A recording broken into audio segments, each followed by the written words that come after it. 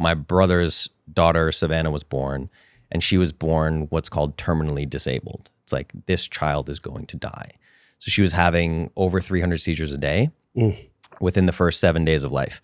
So she got put in the pediatric ICU. So the next thing I know, I'm in the pediatric ICU. We're in Nashville, like Centennial, Vanderbilt Neurology, where he started working with the Charlie Foundation, which is a foundation that treats epileptic seizures in children and infants and teenagers using the ketogenic diet. So medically, the ketogenic diet is like an anti-seizure diet. That's what it's for. So that was my first introduction to the ketogenic diet. And I'm like, wait a minute, a diet can just stop seizures? What is this? It's like Abel's thing. Wait a minute, you can feed a kid a certain food and their like IQ goes up, basically. It's like food is really powerful. So I'm watching this thing go down. And what mainstream medicine does is like immediately they're like, prescription, hand my brother and his wife, here are your antidepressants, because this is terrible, right?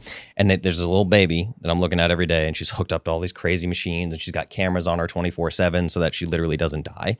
So we're in and out of the pediatric ICU, and I was doing pretty well in the music industry at this point. Like all my bills were paid. I'd bought a couple houses. Like my days were mine. Like all day I could do whatever I wanted, right?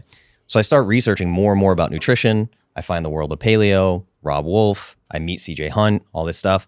And the connection here, I found Abel and his podcast and his book. And it was the first one I listened to was you and Perlmutter when he first did like Grain Brain. Yeah. Oh, yeah. And I was like, whoa. So I start learning about paleo. Paleo is transforming my life. And I decided I became a certified nutritional therapist as a hobby because I've always loved learning. And I'm like, okay, well, if I can learn enough about nutrition, then I can train and eat in a way that supports the training and I can get better results aesthetically. Maybe I'll get the 6-pack I want and love my body.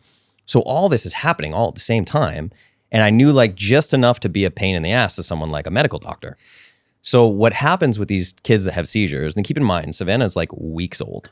And there's something called a G-tube, which is when a child can't eat or drink. They drill a hole in their stomach and they feed them through a feeding tube. But when they do this to the babies, it's like they tell you it's kind of like a death sentence. So they're like holding off, and they're like, we got to do the G-tube. So they install this G-tube in Savannah. And at this time, we still don't know what's wrong with Savannah, but they're assuming epilepsy. She's having seizures, right? But they're called grand mal seizures, which is really scary because she like has the seizure and then basically she flatlines. Like she's dead for seconds. So she'd sometimes turn purple and then come back to life. She'd breathe and start crying. It was gnarly, dude. Craziest shit I've ever seen. So they give these babies something called KetoCal, which is made by Gerber. It's subsidized by your tax dollars, and it's in every pediatric ICU in the entire nation. And it's a ketogenic baby formula. But what the three of us at this table know is mainstream medicine cares nothing about quality, right? It's just like, okay, so we know keto is high fat, low carb. So let's make a baby formula, call it KetoCal, that's high fat, low carb. They're putting this in the stomachs of these little babies, the weakest humans you could possibly imagine, like relying on us to stay alive. And I read the ingredients, high fat, low carb, seed oils, soybean oil, safflower oil, artificial flavorings and sweeteners. I'm like, this isn't even touching taste buds. Why do you have like artificial flavors in this thing? What is happening? All of the vitamins that are in it are like completely synthetic, like non-usable forms, not like methylated B vitamins or anything, you know? So I'm like, okay, they're pumping poison into the stomach of my dying niece. This is insane. So I bring it to the attention of it was a Vanderbilt neurologist at the time. I remember what the guy looks like. I remember his face. I don't remember his name. And again, I think he's probably a great human. He's trying to help. He's trained on textbooks that are paid for by pharmaceutical companies. We can go down that friggin' rabbit hole that I went down for years after this. But I show him the ingredients. He looks at the ingredients, word for word. He looks at me and he goes, I never thought to check that. And that was my, call it cliche, but that was my red pill matrix moment. I was like, nobody is coming to save us. Like this is a for-profit system. We are cattle. They will kill us. As long as they are extracting dollars from us, they do not care. Wow. So, gosh, I mean, I had to deep breathe when you were telling that story. Did she survive? Savannah is 10. Her life expectancy was less than 3 years. She's 10 years old now. She's we know what's wrong with her now is something called KCNQ2. At the time of her diagnosis, she was one of 96 living cases in the entire world. It's unbelievably rare. Something's wrong with the potassium channel in her brain. There's one case that we know of that lived into adulthood, eventually died at 25 years old. But if you see Savannah now, you know, like she's on my brother's Facebook and stuff, and this is part of our life. She's 100% disabled. Also, a harsher term for it is 100% vegetative. She can't stand up. She can't lift her own head up. There's a nurse that lives in their house and takes care of her. She's in like a Christopher Reeve style chair. So she's growing, but she's in a diaper. She can't speak. Her eyes just dart around the room constantly, like still has seizures and stuff. And she's there. She's existing, you know? But the way my first company started was I was so upset by this. I went home, I bought food dehydrators, food processors, used my oven, went through a list of paleo superfoods, and I made a baby formula. I was like, I'm going to make a powder in my kitchen that I can feed. And we got it cleared by Vanderbilt Neurology and all these people to like feed her through the G-tube and actually give her nutrients. Like, let's give her real nutrients through Whole Foods. And I had just read the 4-Hour Work Week. I was like completely burnt out in my music career. What do I do? And I knew the world of CrossFit pretty well. So I added a whole bunch of collagen protein and turned this into my first ever protein powder and started selling it to CrossFitters. And that's how my e-commerce journey started. But from there, it was like, that was when I got in touch with Rob Wolf. Rob is a biochemist, like by education. So he was like the first guy that was like, dude, stop reading people's books. And I was like, what do you mean? He's like, well, you're reading Dave Asprey's book and Perlmutter's book and Mark Sisson's book and blah, blah. He's like, just learn how the human body works, man. He's like, so he started sending me biochemistry textbooks. That's how what he learned and what he was trained on. Yeah. This book is great. This book is great. So I started studying human metabolism really deeply.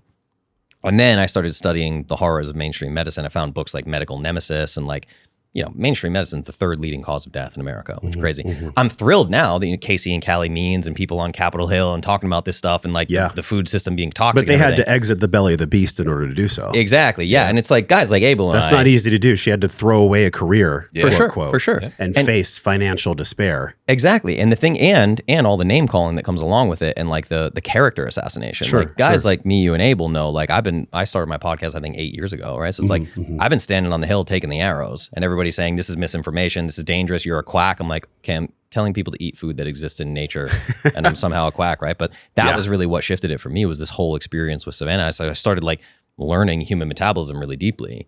And that's what put me on this trajectory. And I started doing Facebook Lives. I heard the term ask me anything. I was like, oh, I'll just go live on my personal Facebook page. And I just let my friends start asking me questions.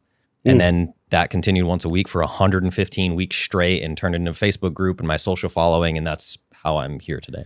Yeah, there was a clutch moment for me there when you were sharing where I felt like I was going to cry. I'm just going to let myself feel the emotion, right? Because the absolute pain and depths of sorrow that her parents must have felt and still feel is so overwhelming that the only way I can make sense of it is that God needs to experience God's self in unlimited ways. And this is a way in which we all can learn about compassion and about understanding and really ultimately about respecting the mystery of life. Because there's no answer for this. There's no answer. There's no meaning that we can put on a Instagram post and be like, well, it happened to her because of this. That would be a disservice to why this is occurring. Really, the gift in this is to take a breath and realize that we are all in this cosmic soup. And it's such a mystery. It's such a fucking mystery where sometimes things happen and I'm just like, wow, like I could feel in my heart the sorrow and the grief of this situation.